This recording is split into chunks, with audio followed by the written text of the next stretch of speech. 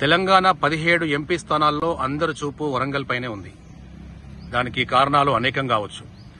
Congress party తరపున ఆశావాదులు చాలా మంది నాకంటే నాకే సీట్ రాబోతుందన్న వాళ్ళు ఈరోజు అనూహ్యంగా కడియం శ్రీహరి కూతురు కాంగ్రెస్ పార్టీలో రావడంతో ఆ సీట్ ఆమెకు వచ్చింది.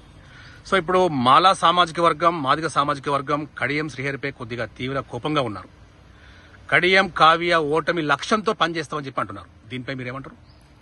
కేవలం ఎవరైతే ఈ రోజు మీడియాలో అక్కడెక్కడ కనబడుతున్నాయో కేవలము ఏదైతే కొందరు వ్యక్తులు పల్లరాజశేఖర్ లాంటి వ్యక్తులు డబ్బులిచ్చి ఏదో దాన్ని డిస్టర్బ్ చేయాలనే కారణం తప్పితే వేరే కారణమే లేదు. ఎందుకంటే కడియం కావ్య గారు ఒక డాక్టర్ గా ఎన్నో కార్యక్రమాలు చేస్తూ ఒక ఫౌండేషన్ కడియం శ్రీహరి సార్ గారి కుటుంబంతో కలిసి ఒక కడియం ఫౌండేషన్ స్థాపించి ఆ ఫౌండేషన్ ద్వారా వాళ్ళకొచ్చే జీతాల్లో సగం డబ్బుల్ని ఫౌండేషన్ లో పేద పిల్లల కొరకు కావచ్చు, అనేక రకాల అభివృద్ధి కార్యక్రమాల్లో కావచ్చు, తండ్రికి తగ్గ తనేరులుగా తను కడియం కావ్య గారు ఈ రోజు ముందుకు పోతున్నారు.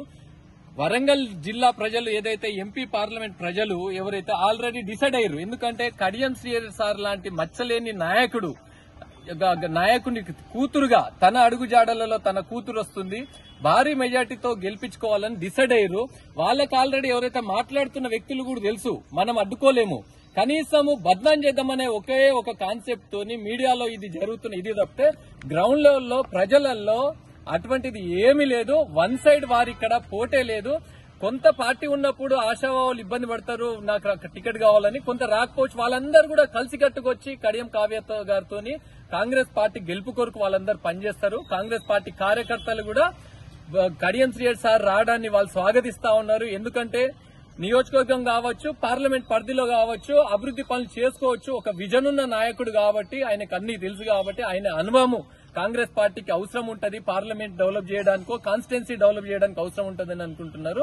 గెలుపు మాత్రం కనీసము అంటే దర్దాపులో కూడా లేకుండా భారీ మేయాటితోని కడియం కావ్య గారు గెలవడం తథ్యం. ఇప్పుడు వరంగల్ ఎంపీగా బీఆర్ఎస్ పార్టీ స్టేషన్ గన్పూర్ మాజీ ఎమ్మెల్యే తాటికొండ రాజయ్యని దింపే యోచనలో ఉంది. సో దీనిపై మీరేమంటారు? తాటికొండ రాజయ్య గారు 2 నెలల నుంచి తిరుగుతా ఉన్నాడు పార్టీలో. జాయిన్ అవుతా అంటే జాయిన్ చేసుకోవట్లే. కారణం ఏంది? రాజయ్య గారిని పబ్లిక్ లో కావచ్చు అంటే ప్రజలలో తీవ్రమైన వ్యతిరేకత ఉన్నది. ఆ వ్యతిరేకతని ఏ పార్టీ కూడా మీదేసుకునే ఆలోచన చెయ్యట్లేదు. అతనికి అవకాశాలు వచ్చినాయి. 10 సంవత్సరాలు ఆయన ఒకసారి డిప్యూటీ సీఎం అవకాశం వచ్చింది. 10 సంవత్సరాలు ఆయన ఎమ్మెల్యేగా ఉన్నారు. అయినా కాన్స్టిట్యున్సీ కావచ్చు, ప్రజలకు కావచ్చు ఏమీ చేసింది లేదు. కేవలము తన అనుచరులు కేవలం వసూళ్లకు మాత్రమే పరిమితమయ్యారు. తినడం, తాగడం, తిరగడం తప్పితే రాజయ్య గారు కాన్స్టిట్యున్సీకి చేసింది ఏం లేదు. అదేవిధంగా ప్రజలకు చేసింది కూడా ఏం లేదు. ఈ రోజు రాజయ్య గురించి మనం మాట్లాడడమే దండగా అని చెప్పేసి నా అభిప్రాయం.